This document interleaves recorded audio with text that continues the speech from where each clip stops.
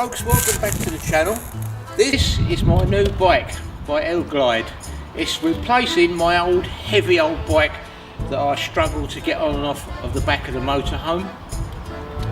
In actual fact, it's so light you can carry it about with one hand.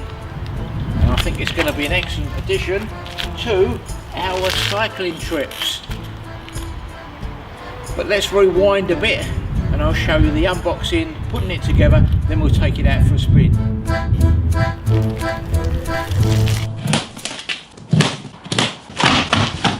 This bike turned up with plenty of packing around it to protect it.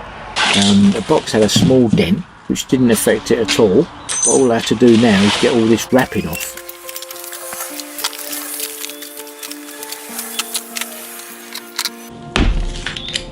Assembly is pretty straightforward, comes with a full kit of parts, nuts and bolts, and really there's relatively few parts to fit. Just the handlebars and this cycle stem here. That's phase 1 of assembly complete. I'm pleasantly surprised at the quality of all the welds and all the joints, and the battery is fitted within the frame, very sleek, very slimline. Cable disc brakes to the front and rear, a 36 volt 250 watt hub drive motor. It's also fitted with a 7-speed Shimano gear system.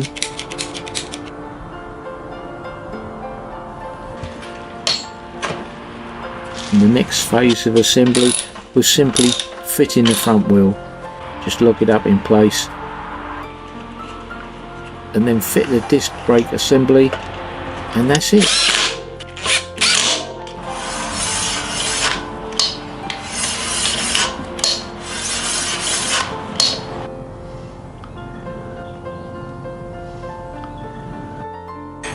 The pedals come separately, so you just have to fit them, left hand thread for the left one, right hand thread for the right one, and there you have it, looking pretty sleek, eh?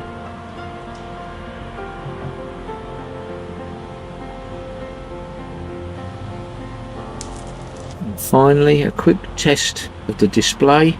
You've got 5 modes or 5 speed settings, and it's ready to hit the road.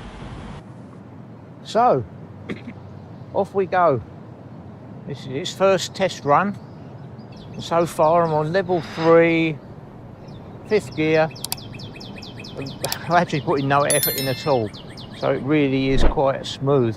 This is a smooth road. You wouldn't take it off-road at all. It's not a mountain bike, but yeah, this is really good. Slight increase in the pedalling, and it seems to just take off. This is effortless. I'm going up a slight incline and it's quite nice. My old bike was heavier and it just seemed hard work, but this is very easy. I like it. So I'm going up quite an incline now, and yeah, no problem at all. Shifting up and down the gears, and then if I'm in 7th, and it's really taken off, and I'm still going uphill, so that's nice. Okay, I'm back now after that little ride. I've done about another 5 miles more, but I didn't think it's worth putting all that footage on there for you to see. But this bike can do 75 kilometers in assist mode. I mean, when you're going to travel that distance, I know we won't. We nip into a town or into a city and then out again back to the motorhome, maybe 10 miles at the most. But anyway, it's nice to know you've got that capacity as well. The 250 watt motor down there has got more than enough torque to push you along and push you up any sort of hill. It's also got a walk only function on the controls, so you don't have to, if you're walking uphill and pushing it, you just set it on that and it'll go at a nice slow pace and assist you. That is very handy. I didn't have that on my other bike. It's also got a throttle function here, which you can't have in the UK. I haven't got it connected, but I've got it fitted because abroad you can have them. Other than that, I haven't really got a bad point to say about it. The only thing I have actually changed is the seat. I've swapped it out for my one. My one's slightly more padded and it's a better shape for me. Now the tyres are quite thin at 700C by 38C. They're pneumatic rubber and they've got steel wires in them. But they're thin for a reason. You get less contact with the road, less friction, so therefore you can go quicker and get a smoother ride. They're also puncture-proof tyres. The battery is lockable and removable. I always remove the battery before putting the bike away because two reasons. One, you know, for security, and two, to be able to charge up inside the van and keep an eye on it.